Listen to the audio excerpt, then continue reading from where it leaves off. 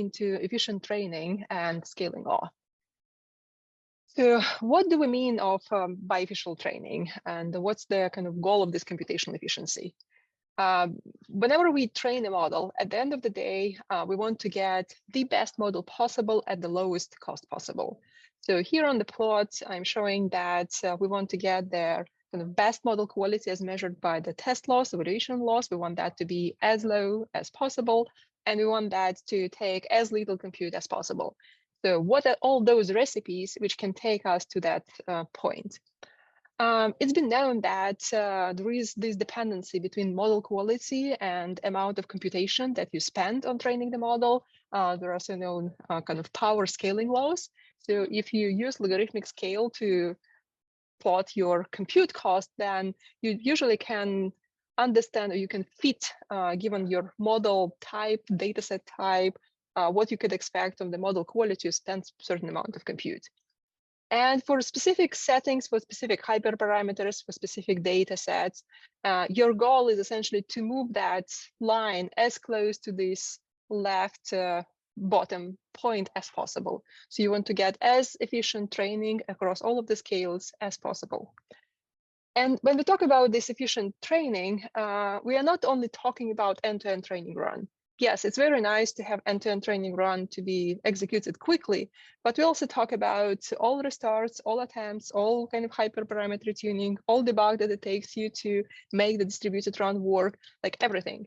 For all of that, we want that to cost as little as possible for training. For inference, it's also not only just a forward pass per sample, you can also reason about requirements in terms of latency and throughput. You can think about what kind of exploration you would put into the model preparation for deployment. When you optimize model, you do things like quantization, potentially pruning of the model, make it more lightweight. So it's easier and cheaper to serve. But also you wouldn't spend years and much of compute to optimizing your model if you're only planning to serve that model for the next month or so. So all of those things need to be taken into account, and at the end of the day, we want to optimize for all of them. So today, we'll be mostly focused on the efficient training, but I also mentioned some of the decision choices that you are making as you train the model, which can be guided by your understanding of how that model will be served and what are some of the requirements for the inference. We will talk about kind of couple approaches to how to get this higher computational efficiency, how to get the most efficient training with the existing most currently used models. So that's mostly dense models and dense transformers. And there, typically the recipe is that you want to get as good data as you can. So you spend time on careful data preparation and cleaning. It's our belief that also the quality of the model and the cost of this final run depends a lot on your preparation, and it makes sense to spend time to do a meticulous selection of model features and training recipes via small-scale experiments, go through that. And also I will talk about scaling laws and how to use those to check if your training is where you expect it to be, and how to predict the model quality ahead of time, even before you start very expensive and large run. And also touch base on sparsity, because that's another way how to make your training cheaper and less compute efficient, is to introduce sparse training. So let's start with the efficient with current models. As you might notice from my accent, I'm originally from Russia, and in Russian we have a very good saying, which can be translated roughly to English as measure 7 times, cut once, or maybe the good English analog is better safe than sorry. And that's I think, very applicable saying for this whole Gen AI training. Why is that? Because all of those large models that we are training, tens of billions, hundreds of billions of parameters, they are really long and expensive.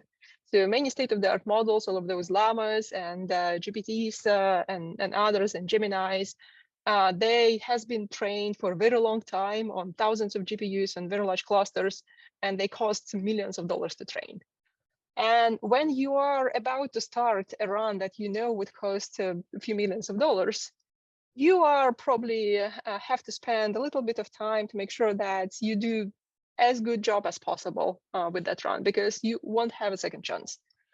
And for that, you will do all of those explorations and measurements and trying to see what's the best setting for the model. You will do that all at a small scale. And you will do that until you're pretty certain that your recipe, your model configuration is the best you can get for the particular task of a particular model. And one thing which helps you also to reason about quality of the model is ability to predict this expected results via scaling laws. So how exactly you can predict expected results, and what's the hell is scaling laws? Scaling law is an empirical dependency between quality of the model, which is often measured when we're talking about this causal language models as just cross entropy loss, and the compute span to train those models. The first instance of scaling law has been introduced even before transformer models, so back in 2017. Joel Hessness, when he was back in Baidu, and his team worked on scaling laws for recurrent neural networks. So they've been back at the time, they've been building RNN-based machine translation systems. And even back then, they realized that there is this power law dependency between amount of compute data thrown into the training of the model and the quality. And at any given kind of model size, you have optimal amount of data that you would like to fit into the model. And if you like everything is optimal, there is a way to say that this model is the most compute efficient model. So for a given budget of compute, that's the best quality I could get. And then there were several other works by OpenAI and DeepMind, which further explored that on transformer-based models. But the finding is essentially the same. So for all of those models, what they are doing is they're plotting dependency between the evaluation loss and compute. So here, different lines are different sizes of the model. And you can see that for smaller models, for example, here, as you continue to train that, the model goes better, so the loss goes down, but there is a saturation point. So at some point you go beyond this knee in the curve, when at the same budget, it might make more sense to increase the size of the model. You will get a better model at the end rather than just continuously train the same model. And kind of similar shaped forms have been also introduced by DeepMind. So at Cerebras, we've spent quite some time working in this scaling laws, trying to understand how to feed them, given a specific task you have at hand, specific model you would like to train. And we created a family of our own models, which we call Cerebras GPT, which has been kind of trained to fit and to validate a scaling law on PIL dataset. So what you see here, essentially, that's scaling law for the PIL dataset for standard transformer style models, decoder only. And you see that these all kind of blue dots, these are actual measurements of test cross entropy for the models of different sizes when all of them are trained with a different amount of data. So here we followed chinchilla recipe when we trained only for 20 tokens per parameter, which we still believe that at least for English text is a recipe for compute optimal training. That might be slightly different for different languages and for different data modalities. You would need to experiment with those data sets to decide what's the most optimal compute efficient recipe for training.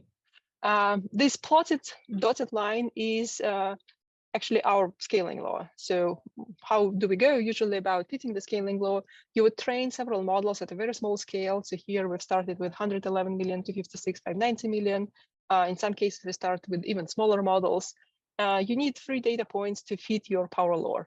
And then you identify, you fit the constants in this equation, essentially dependency of your loss versus compute as a kind of this power law function.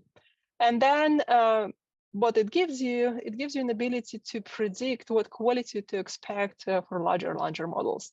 And you see that all of the subsequent larger models, they actually fit pretty close on that dotted line. So that tells us that that scaling law that we fitted to the data set was pretty accurate.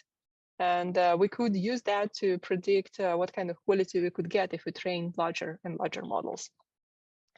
So in this regime, as I mentioned, we followed what we kind of call compute optimal training. So the task was to train the best model possible given the amount of compute you have. But sometimes you also need to think about the cost of inference, and sometimes it might be more beneficial to spend more budget on compute so that your inference becomes cheaper. So this green line here shows you dependency between quality of the model at a given size and training flops for a different family of models, PTA. And the main difference between this green and blue is that for green models, independently of the model size, all of the models has been trained on exactly the same amount of data. So all of them has been trained on roughly 300 billion tokens, no matter small model or large model. That's what it makes training even smaller model more expensive compared to Cerebras, because they've been just trained for longer. And you can see that if you continue training smaller model for longer, at the end of the day, you get better flaws. But it's not the most compute efficient way for training, because if I spend the same amount of compute, I would be better off training larger model. It will be more expensive for serving though. So again, running large number of small scale experiments and understanding all of those dependencies helps you to reason later on about potential cost of training of a much larger model and cost of inference, and at the end of the day, make decision what works best for you. So we can use scaling laws to predict model quality, assuming good hyperparameters. That's another really important point. So here, I assume that that's the best quality I could get, and the best quality means that I use the best hyperparameters. How do you find these optimal hyperparameters, especially for very large models? Yes, you can do hyperparameter sweeps at millions parameter scale, but what about hundreds of billions of parameters? For that, we rely very heavily on a different initialization of the model and a technique which is called mu transfer. So instead of doing standard parameterization of the model, where you just initialize from normal distributions all of your parameters, we use a slightly different initialization, and we also introduce some additional scalars between different layers of the model to make training more stable, and also to kind of normalize the norms of the outputs of every single layer independently of its width. So all of those scalars, they will depend on the width of your layer. And that has two significant benefits. First, it makes your training more stable. And when you talk about very large scale models, stability of the training is important because larger models, the more unstable typically training is. So you want to pay attention to stability. And the second is because you normalize the kind of norms of the activations coming out of the layer independently of the layer size. That means that you can transfer the best hyperparameters such as like warm-ups and learning rates and batch sizes across different model sizes. And what that means that you tune hyperparameters at the very small models. So usually we run hundreds of experiments at a like 40 million scale, identify the best possible hyperparameters to figure out the best values for all of those hyperparameters, and then we just transfer them to larger model. And in our past experience, it has been actually working pretty well. So we can transfer those hyperparameters from 40 million to multi-billion parameter model, and that multi-billion parameter training is quite stable and helps us to reach state of the art. This kind of plot on the right shows that using this maximal update parameterization also helps us with the kind of more stable training and more predictable results of the training. So this plot shows you the deviation from that scaling law for either standard parameterization, that's blue, or for maximal update parameterization.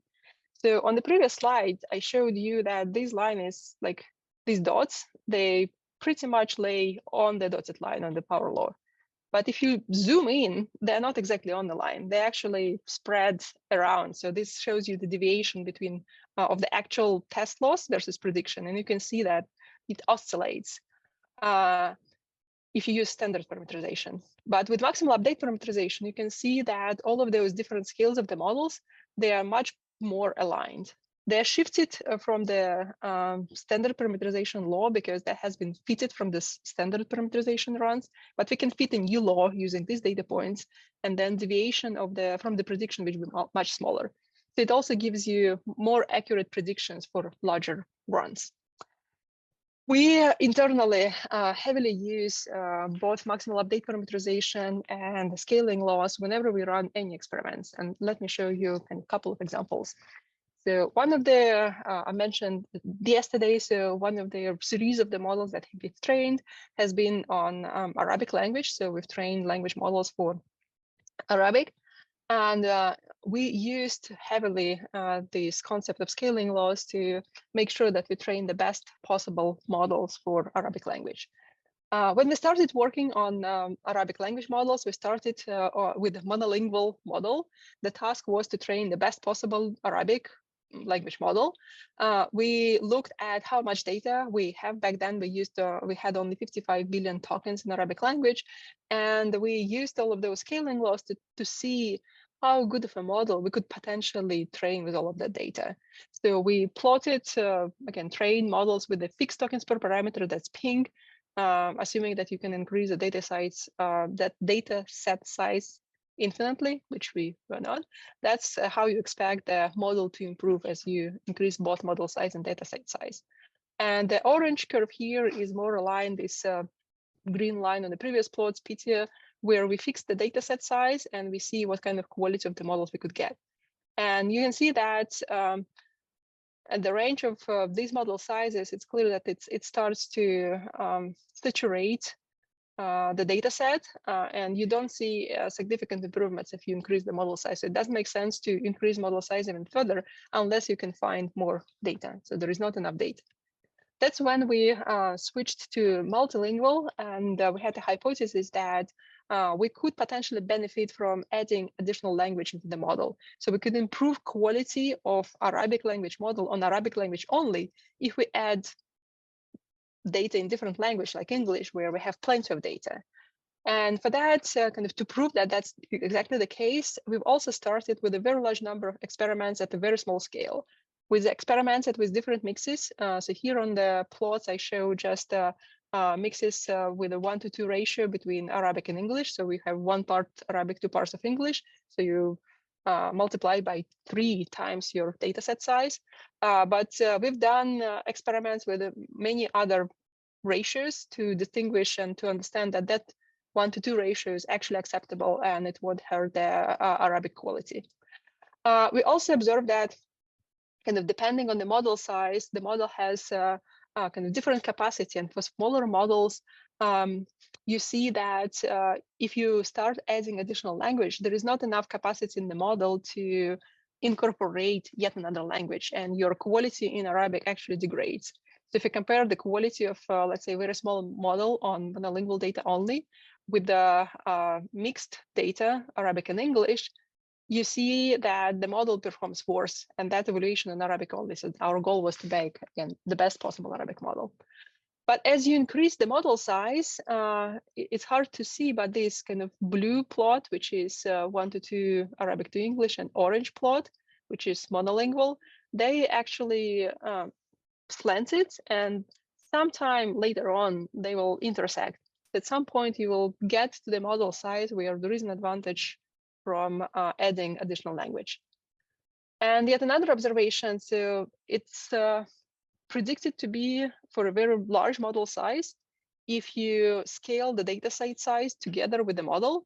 But if you overtrain the model, if you throw more data into that, then that prediction is even more slanted. So you see that the convergence between the model size and this monolingual quality is much faster if you grow the data set size kind of faster if you then compare it growing the model. And even in 13 billion, we are able to train a model when we throw both English and Arabic into the model that performs better on just Arabic compared to 13 billion and 30 billion models. All of that has been, again, predicted using very small scale experiments, and that's what enabled us to train at a high confidence the model, which is till that day is a state-of-the-art model in Arabic. So we've just a couple of months ago finished the final run of 30 billion model, has been trained over 1.3 trillion tokens, and still holds among open source models as the best model in Arabic. Yet another example of we're using these small scale experiments and scaling laws to get a state-of-the-art model is a smaller model, which we call BTLM. BTLM stands for Bit Tensor Language Model. We trained that for another customer called OpenTensor. The ask from that customer was that they wanted a model at a 3 billion scale, but with the quality of a 7 billion model, because they wanted that model to be able to deploy on smaller devices, and they couldn't do that with the 7 billion. In order to kind of achieve that goal, and in order to make the best possible 3 billion scale model, we also went through a very large number of small scale experiments and very meticulous ablations and experimentation, trying to understand what's the best model architecture, what's the best training recipe, learning rate schedules to get us to the best possible model at 3 billion scale.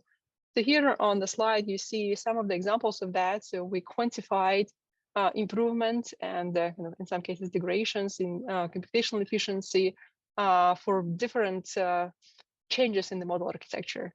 So we see that by changing learning rate recipe, we're able to improve the model by like 2.4%.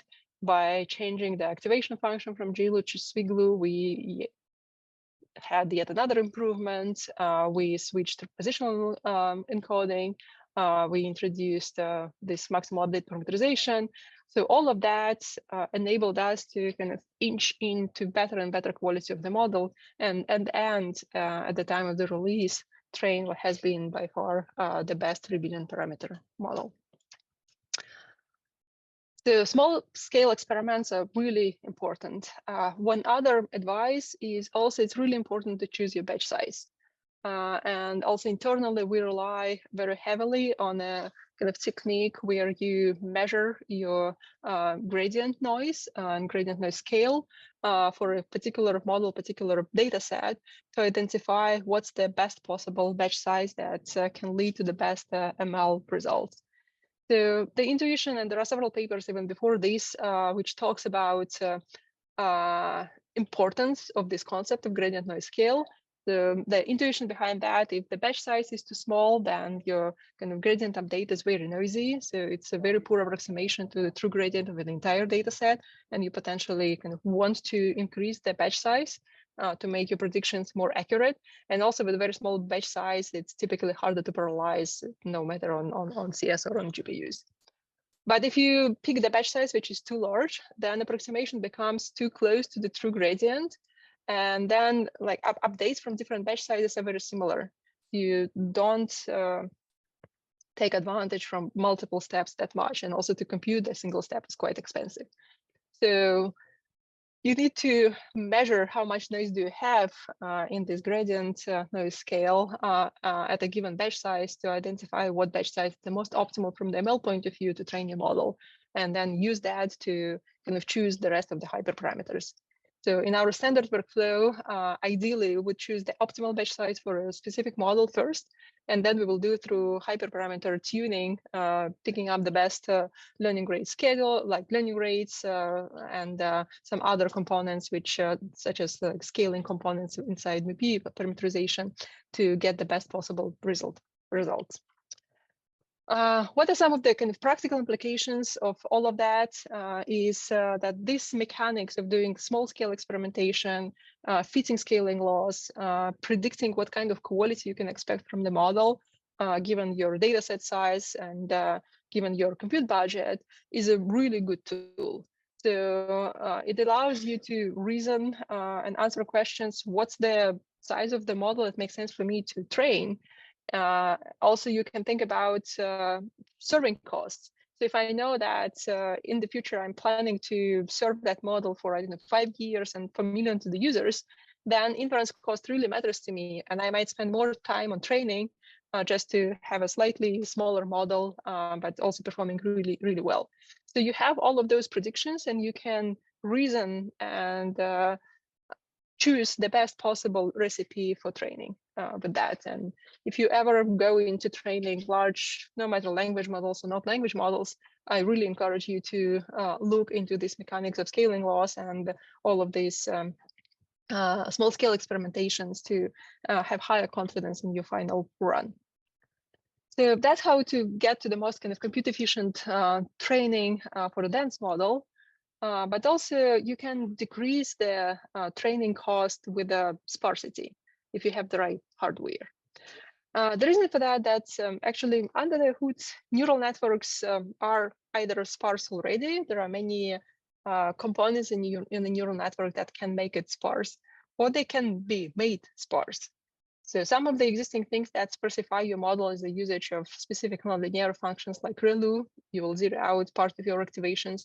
You would use dropouts, also zero out some of the components.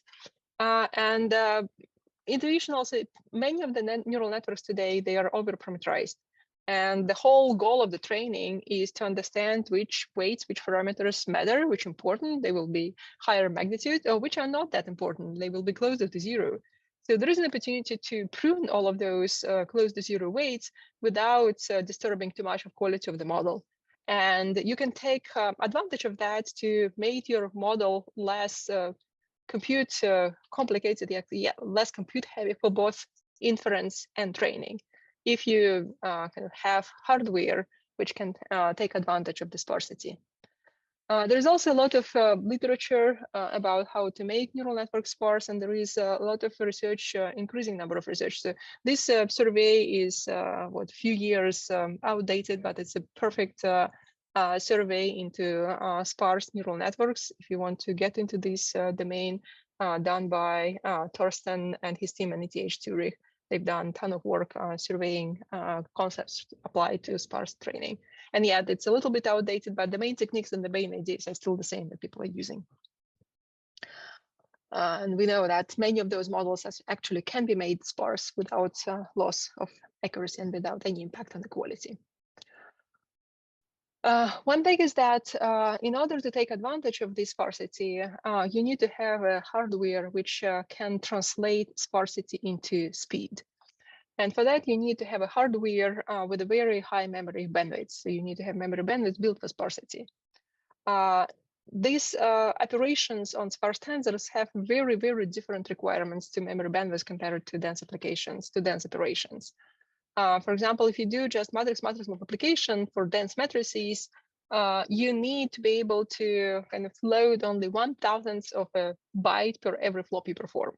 The reason for that is that like you reuse a lot of data. You load one of the numbers and then you tons of operations with that for dense matrix multiplication. It's matrix-matrix multiplication, so you do tons of operations, the same amount of data which has been loaded from memory into your registers, into your cache, first cache into registers. But if you do the same with a sparse matrix multiplication, then that reuse reduces significantly. And for these vector matrix efficient operations, you need to be able to load 1 byte for every floating point operation that you're doing on a chip. And if your memory bandwidth is not enough, then your compute will just wait for next data to arrive into cache, into registries. So on CS, one of their main differentiators and one of their design choices that has been made several years ago when we started designing the chip was believe that sparsity matters for neural networks and that we need to build a hardware which can be efficient on sparse tensors. And today on our systems on both CS2 and CS3s, we can accelerate all form of sparsity. Doesn't matter if it's static or dynamic, structured, unstructured. We don't need this 2.4 pattern. We can do that for training, for inference. You can take full advantage of sparsity. And there are several techniques which we've been experimenting with. Here I show just a high level overview of those, what can be done to accelerate training. First of all, you can look at kind of activation sparsity, and that's not only works for us. Several other papers, paper by Google and Transformers, they've showed that if you use ReLU in feed-forward layers in transformers, that can lead to 95% sparsity in those feed-forward layers, which is a lot. And yes, feed-forward layer is not the only layer that transformer, you still need to compute attention blocks, but still only that on its own can lead to 1.7x acceleration of training. So your algorithmic flop reduction can be up to 1.7x, which is quite a lot. You can think about mixture of experts, very popular model. There are more and more of them appearing these days as an example of structured sparsity. because you can think about all of those experts in feed-forward layers is just block-wise sparsity. You can think about that for every single token. I'm just activating a part. My expert is just part of one wide FFN block.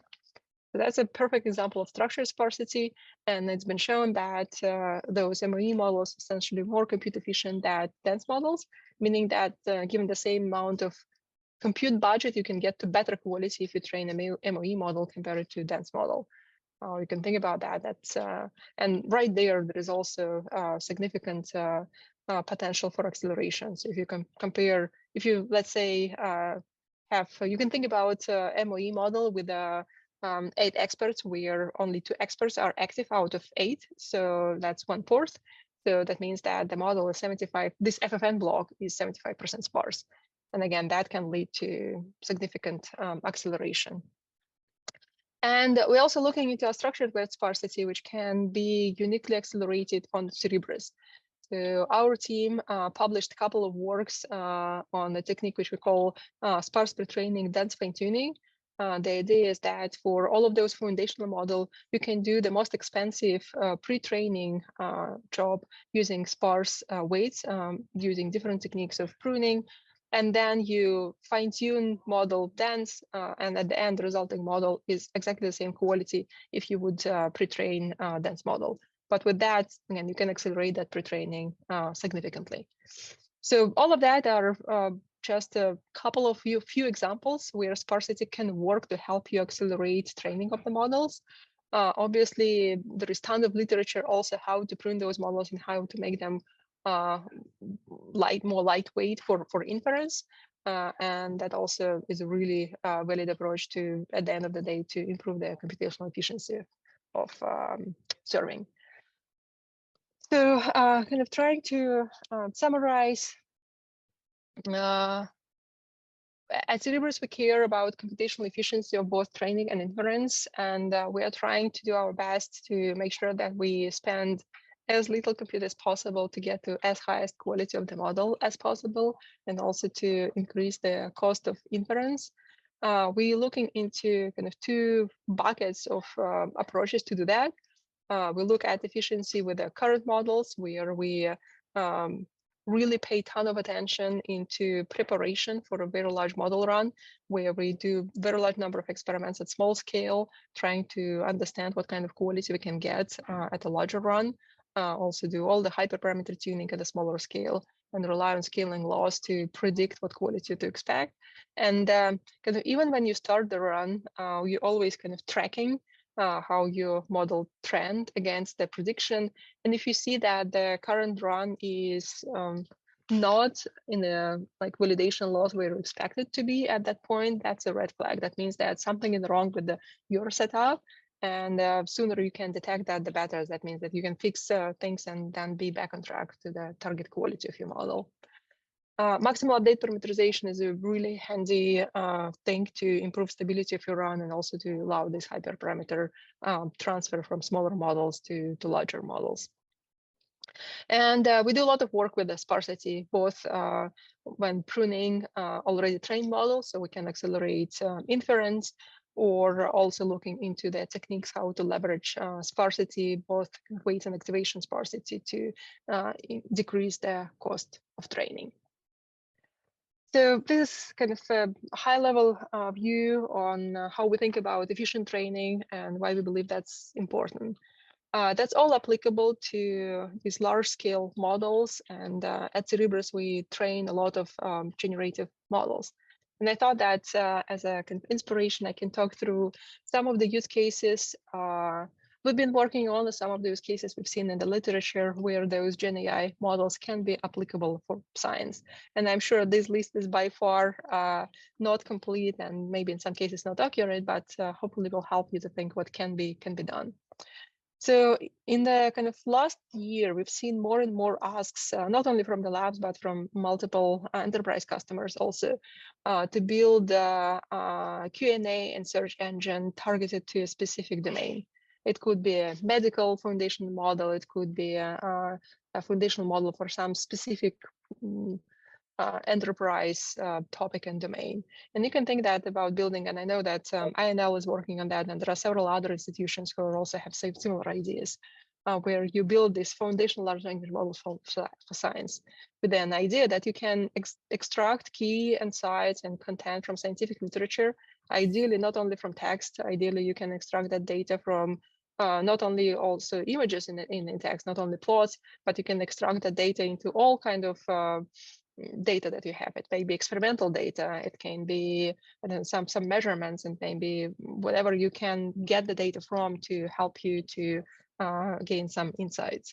So all of that requires training foundational language model, and then potentially different encoders for other modalities, for vision, for time series, for video, images, DNA.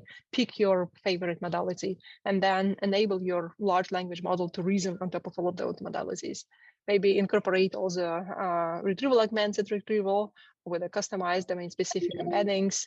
That's also can be done all on the hardware, and then at the end you get Q&A in search, which is hopefully can answer any question you have about the interesting domain. There is a lot of research going on into genomic foundation models. There is a lot of interest in personalized medicine by the understanding of diseases and targeted treatment. So you can think about predicting functional consequences of different variations, so how they change gene expressions and things like that, predict different elements. And at the end of the day, if you combine also genomic data with the data from other modalities, they hope that it will help us to do much better diagnostics, create models which can do differentiative diagnostics on their own, and also predict drug responses based on specific data of a specific patient. And there are several interesting projects we are doing right now with some healthcare providers on that theme. I could imagine also building molecular foundational models, similar idea. You'll predict different properties, which can help with the protein engineering, with material science. Might be a really interesting project to jump into. And all of that can be done across multiple modalities. A couple of other ideas also in the last bullets. So merging together radiology scans, so whole slide images and reports, all text data for medical domain, maybe building a model that can reason about climate and can ingest different modalities data on the climate. But I think you got the idea. So I think the number of use cases is endless. And now that you have those machinery of existing models and ability to adapt them and train from scratch, it's a really, like, the sky is the limit what can be done with all of those models. So with that, Natalia, yeah. There were a few questions in the chat that I'd love for you to address. Yep. The first one is about JICE. So the question is, was this model trained on Arabic to English translation data? No, that model has been trained on separate corpuses. So we mix together Arabic data and English data. So we trained it on whatever Arabic data our customer had, and for English, we started training on Pile, and then we mixed Slim Pajama and some code into that. To increase quantity of Arabic data, there were some instances of machine translated data. So we've translated high quality English data sets into Arabic using machine translation and mixed that into the data set, but it was a very small percentage of the Arabic data. And the other one is that you had mentioned the constraints in scaling laws are data set dependent, and she would like you to elaborate a little bit on that. Not the constraints, constants. Oh, yeah. So you think about, let me just go back.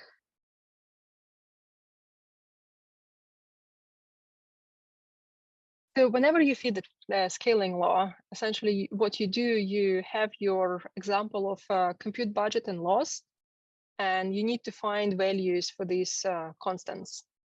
And they are dataset dependent. So if I train that model on English, it will be slightly different if it will be maybe the angle or slant will be slightly different, and position on there will be slightly different depending on the dataset. Not by much. So for language, it's very close, but not exactly the same. If you use different modalities, it will be different. Can I ask just a follow-up question on that? Mhm. Yeah, so it's basically like modality dependent. So that doesn't mean that if I have like a corpus of English text and then like a few months later I have more data, I have to, find the constants again. No, yeah, I think it depends on the maybe language and maybe a little bit on domain, but on domain less. We've seen slight dependency on language, but not by much. So when we've started working with JS, for example, we use the same constants, which has been fitted to pile, and then adjusted that just by a little bit. They were very close. So there is slight difference between, let's say, Arabic and English. That law has been fitted to pile, which is just general domain language. If you do a specific domain like medical, it might change a little bit, but not by much. Oh, great. Thank you so much.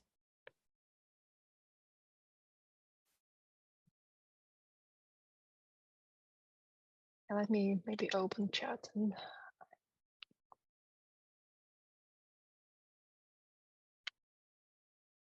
some more questions.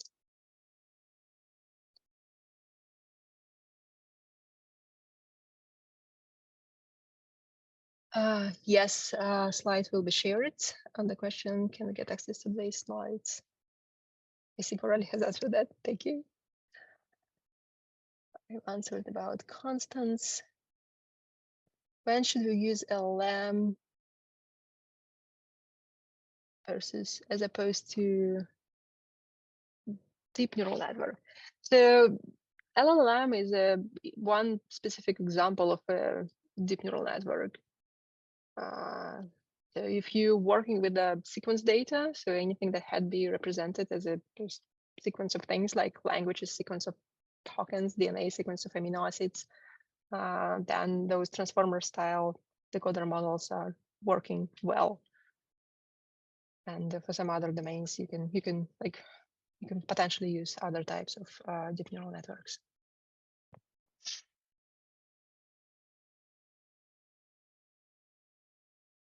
Most scaling law work has been done on decoder-only models, GPT. Would you expect scaling trend and encoder model, and for example, BERT type architecture to differ? Would there be any difference in the process of fitting scaling law? That's a really good question. I don't expect that to be significantly different. And I think example from the previous works from recurrent neural networks, which are not transformer, show you that there is a parallel dependency between the kind of quality and compute.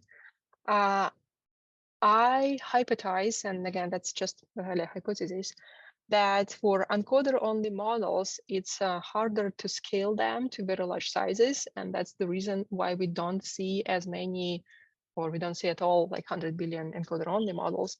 It's because there is not enough signal for that many parameters in the model from the mask tokens only.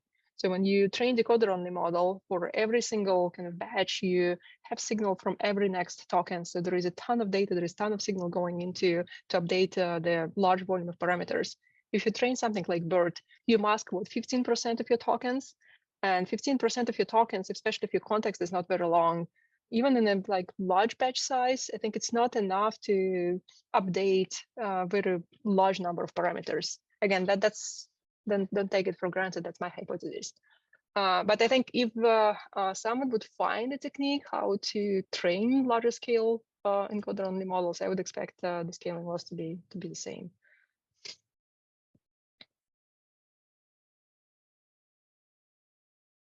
How does a flop convert to the number of training steps? So flop, it's a combination of number of training steps and parameter count. So the total computational cost or flops required to train your model linearly depends on their model size and linearly depends on their kind of number of tokens you feed into the data. And number of tokens you feed into the data is essentially your batch size times your sequence length times your number of training steps. It's very useful when you think about computational complexity of the model, especially for these transformer style models, to operate in like cost per token. So we often reason, okay, this model is as many flops per token. And then you just, in order to understand how much will it cost and to train the whole model. Okay, now I want to train that model on 300 billion tokens. And that cost per token is multiplied by 300 billion. I have the overall compute budget that I would need to train that model.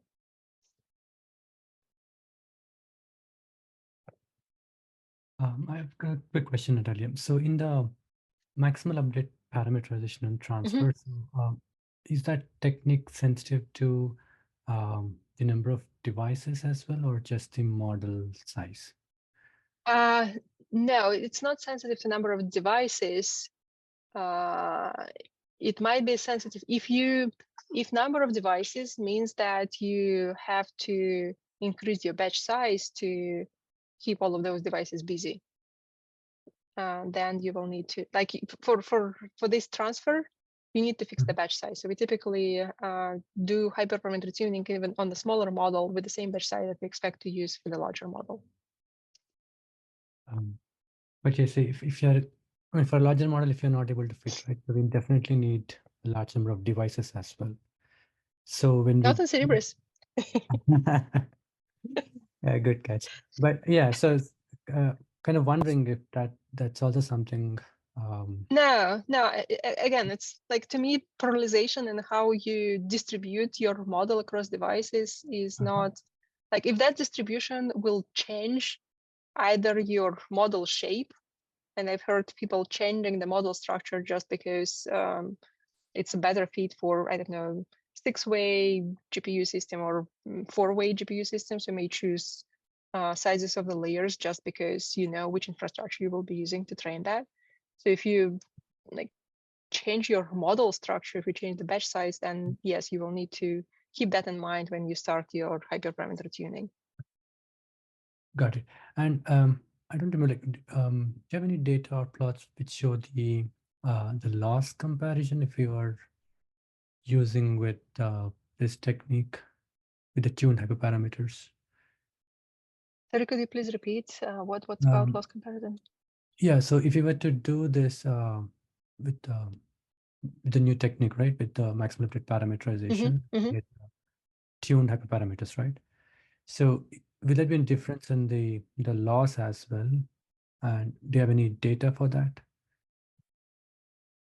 So based on our experience with the just better tuned hyperparameters will lead to the better both train and eval loss. Yeah. So I think the only data point we had relevant to that is what was for that I have here on the slides is for this BTLM. BTLM, okay. Yeah, so for MIPI tuning, the impact of MIPI tuning, you see we improved the loss by 0.4%. Okay. Like one other artifact of using MIPI, usually MIPI allows you to train with I talked about this gradient noise and batch size. With MIPI, we've seen that it's easier to maintain stable training and also to get as much as you can with a larger batch size. And the reason for that is if you have layers of different size in the model, for example, some larger layer might be fine with a larger batch size, but if you have some smaller layers in the model, with standard parameterization, you would feed the batch so that there isn't kind of enough noise for a smaller layer. With the maximal update parameterization, because you normalize everything across, that allows you to kind of train with the batch size, which is best for all of the layers. And typically you can pick a slightly larger batch, which make the job of distribution easier. Easier. Yeah, makes sense. Yeah. Thank you so much. Okay, there is a question. I think I meant when should we use large language models as opposed to convolutional neural network? I think convolutional neural networks, in my mind, depends a lot on the modality of the data. So convolutions are known to be quite good in capturing. Okay, if you're talking about 1D convolution versus transformers, that's I think it's like from which end you would like to crack your egg. So some have preferences for 1D convolutions, some from transformers. 1D convolutions might be capable to capture, especially if you use dilated convolutions, longer context at a coarser grain. So there might be some use cases where 1D comms might be a better fit, but typically people use today combination of both of those.